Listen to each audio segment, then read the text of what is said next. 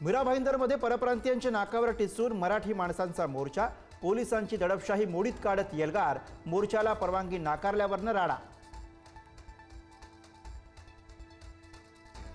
मोर्चात सहभागी होण्यासाठी आलेल्या मंत्री प्रताप सरनाईकांना विरोध, आंदोलकांनी बाटली फेकून मारली, जोरदार घोषणाबाजीनंतर सरनाईकांचा काढता पाय। मीरा भाईंदरमधल्या मोर्चाच्या मागे कोण? भाजपा आमदार नरेंद्र मेहता यांचा सवाल, तर मेहतांना आम्ही पुरून उरू, अविनाश जाधव यांचा इशारा। मराठी माणूस एकवटला याचा आनंद, मनसे नेते अविनाश जाधव यांची प्रतिक्रिया, तर आमच्या नादाला लागू नका, परप्रांतीयांना थेट इशारा। मनसेच्या मोर्चाला परवानगी का नाकारली? मुख्यमंत्री फडणवीसांची राज्याच्या पोलीस महासंचालकांना विचारणा, सरकारच्या बदनामीचा डाव आहे का चौकशी करा, अहवाल सादर करा, मुख्यमंत्र्यांचे आदेश। राज आणि उद्धव ठाकरे उद्या पुन्हा एकदा एकत्र येण्याची शक्यता, गिरणी कामगारांच्या मोर्चाला मनसे आणि ठाकरेंच्या शिवसेनेचा पाठिंबा। मालमत्तांची यादी जाहीर करत भाजप खासदार दुबेंनी पुन्हा ठाकरे बंधूंना डिवचलं, इतके पैसे येतात कुठून, एक्सपोज करत निशिकांत दुबेंचा सवाल। विरारमध्ये परप्रांतीय रिक्षाचालकाची मुजोरी, रिक्षाचालकाकडून तरुणाला दमदाटी करत भोजपुरी आणि हिंदी बोलण्याची सक्ती। आमदार सुरेश धस यांच्या मुलाच्या वाहनाच्या धडकेत एकाचा मृत्यू, नगर पुणे मार्गावरची घटना, अपघाताप्रकरणी सागर धस यांच्या विरुद्ध गुन्हा।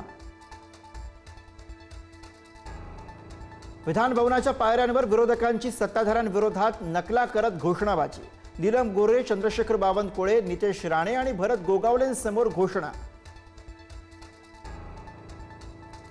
महाराष्ट्राचे सुपुत्र आणि सरन्यायाधीश भूषण गवईंचा विधिमंडळामध्ये सत्कार, भूषण गवई कार्यकाळात इतिहास घडवणार, मुख्यमंत्र्यांकडनं कौतुक। विरोधी पक्षनेते पदासाठी विरोधकांचं थेट सरन्यायाधीशांना साकडं, महाविकास आघाडीच्या नेत्यांकडनं सरन्यायाधीश भूषण गवई यांना पत्र। नाशिक मुंबई आणि नाशिक पुणे महामार्गांची तातडीनं दुरुस्ती करा, उपमुख्यमंत्री अजित पवारांचं केंद्रीय मंत्री नितीन गडकरींना पत्र, मोठमोठे खड्डे पडल्यानं नागरिकांचे हाल। महादेव मुंडे हत्या प्रकरणातील आरोपींना 8 दिवसात अटक न झाल्यास आत्मदहन करणार, महादेव मुंडे यांच्या पत्नी ज्ञानेश्वरी मुंडेंचा इशारा, पोलीस अधीक्षकांना दिलं निवेदन। पुण्याच्या खोपडेनगरमध्ये मुलीला इमारतीच्या 3ऱ्या मजल्यावरनं पडण्यापासून वाचवलं, घर बंद असताना चिमुकली खिडकीतनं बाहेर, गजाला लटकून राहिल्यानं वाचवण्यात यश। यवतमाळच्या वंजारी फैल परिसरामध्ये धक्कादायक प्रकार, गुप्तधनासाठी अघोरी कृत्य, अल्पवयीन मुलीला दिले चटके।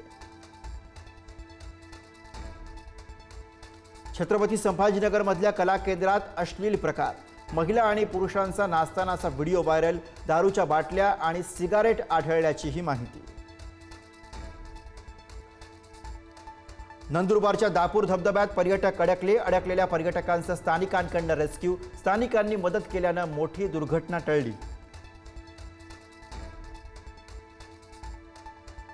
नंदुरबारच्या शहादा तालुक्यात गर्भवतीला बांबूच्या झोळीतनं नेण्याची वेळ, नागझिरा गावामध्ये रस्ता नसल्यानं गर्भवतीला झोळीत घेऊन गावकऱ्यांची 7 किलोमीटर पायपीट।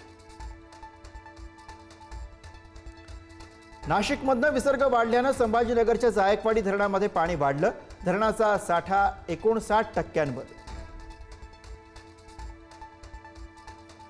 2 दिवसांच्या पावसानं गडचिरोली जिल्ह्यामध्ये पूरसदृश्य स्थिती, नदी नाल्यांना पूर, काही मार्गांवर वाहतूक ठप्प।